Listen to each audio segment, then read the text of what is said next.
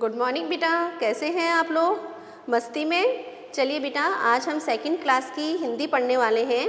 हिंदी के अंदर chapter number 6 और 7 दोनों हमारे कंप्लीट हो चुके थे। तो बेटा आज हम लेसन नंबर 6 और 7 दोनों के क्वेश्चन आंसर कंप्लीट कर लेते हैं। ओके बेटा, स्टार्ट करें। लेसन का नाम है, लेसन नंबर 6 है, नहीं सूर्य से कहता कोई। तो पहला क्वेश्चन इसका है, सूर्य क्या फैलाता है? तो आप क्या लिखेंगे? सूर्य धूप फैलाता है। क्या फैलाता है बेटा? सूर्य धूप फैलाता है। क्वेश्चन नंबर 2 है, चंदा की दूधिया रोशनी को क्या कहते हैं? क्या कहते हैं बेटा? तो आप क्या लिखेंगे? चंदा की दूधिया रोशनी को चांदनी कहते हैं। चांदनी कहते हैं नाम बेटा उसको, तो आप लिखेंगे चंदा की दूधिया रोशनी को चांदनी कहते हैं। क्वेश्चन नंबर 3, हवा से कोई भी क्या नहीं कह पाता। क्या नहीं कह पाता? तो आप लिखेंगे हवा से कोई ये नहीं कह पाता कि खबरदार जो तुम अंदर आई। नेक्स्ट क्वेश्चन है, छोटे बच्चों को सारे घर से किस बात की शिकायत रहती है? क्या शिकायत रहती है? तो आप क्या लिखेंगे कि सब उनको क्या करते हैं? रोक टोक लगाते हैं। तो सब बच्चों को क्या शिकायत रहती है? कि छोटे बच्चे को सारे घर से ये शिकायत रहती है कि सब उनको रोक टोक लगाते हैं। आगे चले बेटा, आगे देखिए, इसमें है कविता की आपको पंक्तियाँ पूरी करनी है। तो पहला है, नहीं सूर्य से कहता कोई, धूप यहाँ पर मत फैलाओ, कोई नहीं चांद से कहता उठा चांदनी को ले जाओ, फिर क्यों हमसे भैया कहते यहाँ ना आओ भाग जाओ। ओके बेटा, इस तरह से आपको इसको कंप्लीट करना है। और एक लास्ट लाइन और बची है इसकी, अम्मा कहती है घर घर भर में। ओके, यहाँ तक आप इसको कंप्लीट कर लेंगे। वैसे आपकी जो कविता है ना, उस कविता में भी पूरा कंप्लीट दे रखा है। उसके बाद में आपके क्वेश्चन है, एक दूसरे से जुड़े शब्दों के जोड़े बनाइए। तो पहला, सूर्य का क्या होगा? धूप जो बना हुआ है। चांद का क्या होगा? चांदनी। बादल का क्या होगा? जलधारा। बच्चे का क्या होगा? खेल खिलौने। और पापा का क्या होगा? खबरदार। ओके, आगे चले। आगे है, निम्नलिखित प्रश्नों के उत्तर एक शब्द या वाक्य में देना है। पहला है, सूर्य व चांद से कोई क्या नहीं कहता है। तो आप क्या लिखेंगे? सूर्य से कोई यह नहीं कहता कि धूप यहाँ पर मत फैलाओ, और चांद से कोई चांदनी उठाकर ले जाने के लिए नहीं कहता। नहीं कहता ना, कि सूर्य से तो कोई ये नहीं कहता कि यहाँ पर धूप मत फैलाओ, और चांद से कोई ये नहीं कहता कि अपनी चांदनी उठाकर यहाँ से ले जाओ। आगे देखो, हवा और बादल क्या क्या करते हैं? तो आप क्या लिखेंगे? हवा अचानक अंदर आ जाती है, और बादल क्या करते हैं? जमकर धारा बरसाते हैं। बरसाते ना, धारा बरसाते हैं, अर्थात बारिश करते हैं। नेक्स्ट है बेटा, बच्चे को ये वाला चल रहा था हमारे। बच्चे को घर में किस किस से डांट खानी पड़ती है? वे क्या क्या कहकर डांटते हैं। तो आप क्या लिखोगे इसके अंदर? नहीं बेटा, अपने ऊपर वाला चल रहा था, सॉरी मैं थोड़ा कंफ्यूज में हो गई। ये वाला क्वेश्चन चल रहा था कि हवा और बादल क्या क्या करते हैं, ये कंप्लीट हो गया था अपने। फिर था, बड़े भैया छोटे बच्चों से क्या कहते हैं। तो आप क्या लिखेंगे? बड़े भैया छोटे बच्चों से कहते हैं यहाँ मत आओ भाग जाओ। नेक्स्ट है बेटा, मम्मी छोटे बच्चे को किस बात के लिए डांट लगाती है। तो आप क्या लिखेंगे? यहाँ मम्मी किस बात के लिए डांट लगाती है? कि खेल खिलौने इधर मत फैलाओ। बोलती है ना कि खेल खिलौने इधर मत फैलाओ, इधर सामान सही ढंग से रखो, अपनी अपनी जगह सामान को रखो, है ना। तो आप ये चीज़ इस पर लिख देंगे। नेक्स्ट क्वेश्चन बेटा अपने आते हैं। नेक्स्ट क्वेश्चन देखिए, बड़े वाले क्वेश्चन आपके 3-4 वाक्य में आपको इसका आंसर देना है। पहला क्वेश्चन है ये, डांट न खानी पड़े, इसके लिए छोटा बच्चा किस किस के उदाहरण दे रहा है। तो आप क्या लिखेंगे? कि छोटा बच्चा सूर्य, हवा, बादल के उदाहरण दे रहा है। बेटा इतना सही लिख देना। विस्तारित रूप में भी लिख सकते हो आप कि सूर्य से कोई ये नहीं कहता कि अपनी धूप मत फैलाओ, है ना। हवा से कोई ये नहीं कहता कि खबरदार जो अंदर आई, बादल से कोई ये नहीं कहता कि अपनी जलधारा बरसाओ, है ना। तो एक एक लाइन आप वो लिख देना, बाकी ये वाला भी लिख दोगे तो भी राइट है ना। सेकंड क्वेश्चन है आपका, घर में खेल खिलौने इधर उधर फैलाने के लिए कौन डांटती है? आपकी राय में उनका डांटना सही है या गलत? तो आप क्या लिखेंगे? मम्मी डांटती है, मम्मी डांटती है ना, तो आप लिखेंगे मम्मी डांटती है और उनका कहना क्या है? बिल्कुल सही है। सही है ना कि उनकी डांट के कारण हम सामान को सही जगह पर रखना सीख जाते हैं। सीख जाते हो ना बेटा। अगर मम्मा नहीं डांटे तो आपकी इच्छा हो यहीं पे सामान रख दो, आप रखो ही नहीं सही ढंग से, सिस्टमेटिक ढंग से, है ना। तो हम सामान को सही रखना, सही जगह रखना सीख जाते हैं। लास्ट क्वेश्चन है बेटा अपने, बच्चे को घर में किस किस से डांट खानी पड़ती है? वे क्या कहकर उसे डांटते हैं? तो लिख देंगे, ये भी सिंपल सा है कि मम्मी पापा भैया से डांट खानी पड़ती है, सबसे डांट खानी पड़ती है ना उनको। तो आप ये तीनों चीज़ लिख देंगे कि मम्मी पापा भैया से डांट खानी पड़ती है, मम्मी खेल खिलौने फैलाने को मना करती है, और जो पापा हैं वह बाहर जाकर खेलने को कहते हैं, भैया भी उसे डांट कर भगा देते हैं। तो इस तरह से ये अपना कंप्लीट हो जाएगा। नेक्स्ट क्वेश्चन बेटा अपना है भाषा और व्याकरण वाले। देखिए इसमें क्या है, चित्रों के आगे समान अर्थ वाले दो दो शब्द लिखने हैं। सूर्य बना हुआ है तो आप सूर्य और सूर्य का सूरज लिख देंगे। चांद बना हुआ है, चांद और चंद्रमा लिख देंगे। मकान है तो मकान और घर लिख देंगे। बादल और जलधर भी कहते हैं उसको। अब इसमें लिखा रखा है, बताइए इनको और क्या कहा जा सकता है? मम्मी को हम क्या कह सकते हैं? माँ। हवा को क्या कहते हैं हम? वायु। पापा को पिताजी, जल को पानी। आगे है, कविता में आए चंद्र बिंदु वाले शब्दों को छाट कर लिखना है। चंद्र बिंदु जानते हैं ना, ये वाली, है ना। तो चांद, ये वाली चंद्र बिंदु लगा देंगे। चांद के यहाँ भी चंद्र बिंदु लगती है ना। इसके अलावा चांदनी, चांदनी में चंद्र बिंदु लगती है। डांट, इसमें चंद्र बिंदु लगती है। जरूरी नहीं है बेटा आप यही शब्द लिखिए, चंद्र बिंदु से संबंधित आप दूसरे और कोई भी शब्द लिख सकते हैं।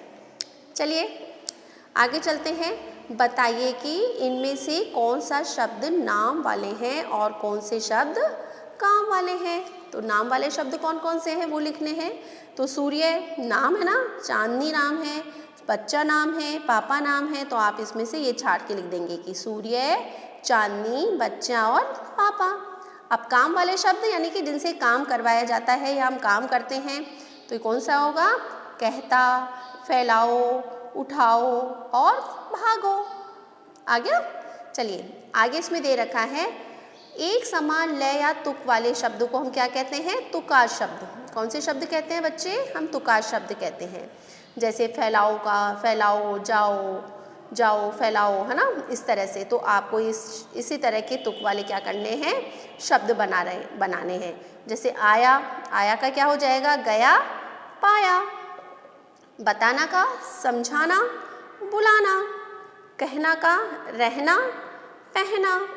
जाएंगे के आएंगे, बताएंगे, है ना। इस तरह से आपको ये कंप्लीट कर लेना है। क्लियर बेटा? तो लेसन नंबर 6 के क्वेश्चन आंसर कंप्लीट हो गए। चलते हैं अपन आगे वाले लेसन की तरफ। लेसन नंबर 7, गिलहरी और कौवा। याद है आपको? कितनी प्यारी सी कहानी थी ना। तो चलो इसके क्वेश्चन आंसर भी कंप्लीट कर लेते हैं। इसके क्वेश्चन आंसर भी छोटे छोटे से ही हैं। देखिए पहला क्वेश्चन इसमें दे रखा है आपके, गिलहरी और कौवे में कौन आलसी और कौन मेहनती था? कौन आलसी और कौन मेहनती था? बताइए जल्दी से। यस, गिलहरी क्या थी? मेहनती थी, और कौवा क्या था? आलसी। सेकंड क्वेश्चन है आपके, दोनों ने क्या करने का निर्णय लिया? क्या करने का निर्णय किया था? तो आप लिखेंगे दोनों ने एक साथ खेती करने का निर्णय लिया। तीसरा क्वेश्चन है, तू चल मैं आता हूँ, चुपड़ी रोटी खाता हूँ। यह कौन कहता है? कौन कहता है? बताइए। कौवा कहता है ना। तो आप क्या लिखेंगे? यह कौवा कहता है। नेक्स्ट क्वेश्चन है, वर्षा में किसकी फसल बह गई? किसकी फसल बह गई थी? किसकी बही थी? कोए की बही थी ना। तो आप लिखेंगे वर्षा में कोए की फसल बह गई। क्लियर? चलिए आगे इसमें दे रखा है, सही शब्द से खाली स्थान भरना है। आज लिखेंगे नीम के पेड़ पर एक कौन रहती थी? गिलहरी और एक कौवा रहता था। नेक्स्ट लिखेंगे गिलहरी अपना सभी काम समय पे करती और लेकिन कौवा कभी भी अपना काम समय पर नहीं करता था। कुछ दिनों बाद बीज में से नन्हे नन्हे पौधे निकल आए। नेक्स्ट है गिलहरी खेत में जाकर अपने हिस्से की फसल काट लाई। लास्ट है एक दिन सुबह बादल घिरे और घनघोर वर्षा हुई। हो गया? चलिए आगे अपने हैं किसने किससे और क्यों कहा। ठीक है, तो पहला है देखो बादल घिरने वाले हैं, तुम्हारी हिस्से की सारी फसल कहीं खराब ना हो जाए। किसने कहा था? गिलहरी ने। किससे कहा था बेटा? कौवे से। क्यों कहा था? कि वर्षा होने वाली थी, वह कौवे ने अपनी फसल नहीं काटी थी, इस कारण कहा था ना उसने। नेक्स्ट है जाऊंगा जी जाऊंगा, फसल काटने जाऊंगा, लेकिन पहली हरी डाल पर चिकनी रोटी खाऊंगा। किसने कहा? कौवे ने। किससे कहा था बेटा? गिलहरी से। क्यों कहा था? क्योंकि अपनी आलसी स्वभाव के कारण, क्योंकि कौवा बहुत आलसी था ना, उसको कोई भी काम करने का मन नहीं करता था। जो भी बात होती थी, जो भी काम होता था, वो दूसरे दिन के लिए टाल देता था, है ना। चलो आगे चलते हैं बेटा अपन। आगे इसमें दे रखा है गिलहरी और कौवे के स्वभाव में क्या अंतर था। तो बेटा आप जो फर्स्ट वाला जो आंसर लिखा है ना, सेम वो का वो आंसर आप लिख देना कि गिलहरी मेहनती थी और कौवा आलसी था। स्वभाव यानी कि पहला वाला क्वेश्चन और ये वाला क्वेश्चन, दोनों के पहले वाले जो क्वेश्चन है ना, वह दोनों के आंसर क्या है? एक ही है। मुख से वाले और आपके ये वाले शब्द वाक्य वाले, दोनों के आंसर एक ही है। दूसरा है गिलहरी ने जब भी कौवे से खेत में चलने के लिए कहा, तब कौवे ने क्या कहा? क्या कहा था? उसने हमेशा क्या कहता था? तू चल मैं आता हूँ, चुपड़ी रोटी खाता हूँ, है ना, कि तू चल मैं भी क्या कर रहा हूँ? आता हूँ और मैं भी क्या खा रहा हूँ? चिकनी चुपड़ी रोटी खाता हूँ। नेक्स्ट है आलसी होने के कारण कौवे को क्या नुकसान उठाना पड़ा? क्या नुकसान उठाना पड़ा था? तो आप लिखेंगे उसकी सारी फसल क्या हो गई थी? खराब हो गई थी। नेक्स्ट है कौवे ने गिलहरी का कहना माना होता तो उसका परिणाम क्या होता? तो आप क्या लिखेंगे? तो उसकी फसल नष्ट होने से बच जाती ना, उसकी फसल नष्ट होने से। अगर वो उसका कहना मान लेता तो उसने कहना ही नहीं माना, जिसके कारण से उसकी सारी फसल क्या हो गई थी? खराब हो गई थी, सारी फसल उसकी नष्ट हो गई थी। आगे की तरफ चलते हैं बेटा अपन। आगे दे रखा है किन बातों से पता चलता है कि कौवा बहुत आलसी था? किन बातों से पता चलता है? लिख लेंगे, लिखवाती हूँ आपको। आप लिखेंगे कौवा अपना काम समय पर नहीं करता था, वह काम हमेशा बाद के समय के लिए टाल देता था। गिलहरी के बार बार समझाने पर भी उसने फसल नहीं काटी और उसकी फसल क्या हो गई थी? खराब हो गई थी। लिख देंगे ऐसे कैसे? क्लियर बेटा? चलो आगे है क्वेश्चन, मेहनत का फल किसको मिला और कैसे? किसको मिला था? गिलहरी को मिला था ना। तो आप लिखेंगे मेहनत का फल गिलहरी को मिला। वह खेतों में मेहनत करती थी, वह खेतों में बुआई, निराई, सिंचाई, कटाई करती थी, इसलिए उसकी फसल भी क्या हुई थी? बहुत अच्छी हुई थी ना। कौवे की भी फसल अच्छी हुई थी, सारी मेहनत तो क्योंकि गिलहरी ने की थी, लेकिन उसने अपने आलसी स्वभाव के कारण फसल का फायदा नहीं उठा पाया। चलिए आगे चलते हैं। अंत में कौवे ने गिलहरी से क्षमा क्यों मांगी? क्यों मांगी? क्योंकि उसे अपनी गलती का एहसास हो गया था कि आलस करने से हमें हमेशा क्या होता है? नुकसान ही होता है। तो इस तरह से ये सारे जो क्वेश्चंस के आंसर है ना, वो सारे क्वेश्चंस के आंसर आप कंप्लीट कर लेंगे नहीं करेंगे बेटा? आ गया ना आपको समझ में? चलिए अब लास्ट अपने जो क्वेश्चन बचते हैं वह रहते हैं अपने भाषा और व्याकरण वाले। तो बेटा भाषा और व्याकरण वाले क्वेश्चन भी साथ के साथ हम कंप्लीट कर लें, जिससे कि आपको परेशानी ना हो। स्टार्ट करें? चलिए स्टार्ट करते हैं हम भाषा और व्याकरण वाले क्वेश्चंस के आंसर। चलिए पहला क्वेश्चन जो है वह क्वेश्चन है अपना आपके चित्र दे रखा है श, त्र, ज्ञ और श्रेय, ये चार क्या है, संयुक्त व्यंजन है ना। संयुक्त व्यंजन बताए थे ना मैंने आपको, अपने व्याकरण वालों में से पढ़ा था वर्ण से संबंधित तब। तो चित्र देखकर खाली जगह पर उचित संयुक्त व्यंजन का प्रयोग करना है। तो पहला किसका चित्र दे रखा है, ये कौन है, सैनिक दे है ना। और सैनिक हमारी क्या करता है, हमारी रक्षा करते हैं। तो हमारे लिए वो क्या हो जाते हैं बेटा, रक्षक। क्या बन जाते हैं हमारे लिए बेटा, वो रक्षक का कार्य हमारे लिए करते हैं। इसलिए हम यहाँ पर क्या लिखेंगे, श। कौन सा श आएगा, ये वाला श आएगा। क्लियर बेटा। दूसरा है यज्ञ का चित्र दे रखा है। तो यज्ञ हवन होता है ना, यज्ञ जानते हैं बेटा अपन किसे कहते हैं, यज्ञ का मतलब जहाँ पे अपन हवन करते हैं ना, उसे हम यज्ञ कहते हैं। तीसरा है बेटा अपने काय का चित्र दे रखा है बेटा अपने, यहाँ पे देखिए चित्र बताइए काय का चित्र है, काय का चित्र दे रखा है। ये आपके पत्र दे रखा है। क्या दे रखा है, एक कागज दे रखा है ना, पत्र का चित्र दे रखा है। तो त्र कर देंगे अपन, है ना। तो इस तरह से आपको अपने इसको कंप्लीट कर लेंगे। ओके बेटा, चलिए आगे चलते हैं हम। आगे दे रखा है दूसरा क्वेश्चन आपके, भाषा में शब्दों के उचित क्रम से वाक्य बनते हैं जिनका कुछ न कुछ अर्थ अवश्य निकलता है। जैसे गिलहरी और कौवा पक्के दोस्त थे। सही क्रम है कि हाँ पक्के दोस्त थे पक्के दोस्त गिलहरी और कौवा। ये क्या है, गलत वाक्य है ना। क्योंकि हमें कोई भी वाक्य को हमें क्या करना है, सही ढंग से बनाकर हमें उसको कंप्लीट करना है। तो आप ये वाक्य बेटा आप अपने आप बनाने की कोशिश करेंगे, या मैम ही करवाएं, ये भी आपको कर लेंगे, नहीं करेंगे ये वाले चीज़ें। तो आप ये वाले जो कंप्लीट, जैसे पहला है बाजार से खरीद कर लाऊंगा मैं कुछ पुस्तकें। तो क्या लिखेंगे, मैं बाजार से कुछ पुस्तकें खरीद कर लाऊंगा। कर लेंगे, यस कर लेंगे। लिखने की ज़रूरत नहीं है ना, आप खुद कंप्लीट कर लेंगे इसको कि बाजार से मैं कुछ पुस्तकें खरीद कर लेकर आऊँगा। तो इस तरह से ये क्वेश्चन का आंसर हमारे कंप्लीट हो जाएगा। चलिए आगे हम दूसरा क्वेश्चन देखते हैं। छुट्टी रहती है रविवार को। तो क्या आएगा, रविवार को आप ऐसे लिख देना, रविवार को छुट्टी रहती है। ठीक है, रविवार पहले आ जाएगा, ये वाली चीज़ पहले आ जाएगी और फिर ये सेकंड लाइन आ जाएगा। आलस्य करना नहीं चाहिए हमें। तो क्या लिखेंगे, हमें आलस्य नहीं करना चाहिए। कर लेंगे ना, हमें आलस्य नहीं करना चाहिए। क्लियर बेटा। लास्ट है खेलते हैं मैदान में बच्चे। तो क्या लिखेंगे, बच्चे मैदान में खेलते हैं। क्लियर, बच्चे मैदान में खेलते हैं। इस तरह से आप इसको कंप्लीट कर लेंगे। आ गया बेटा समझ में।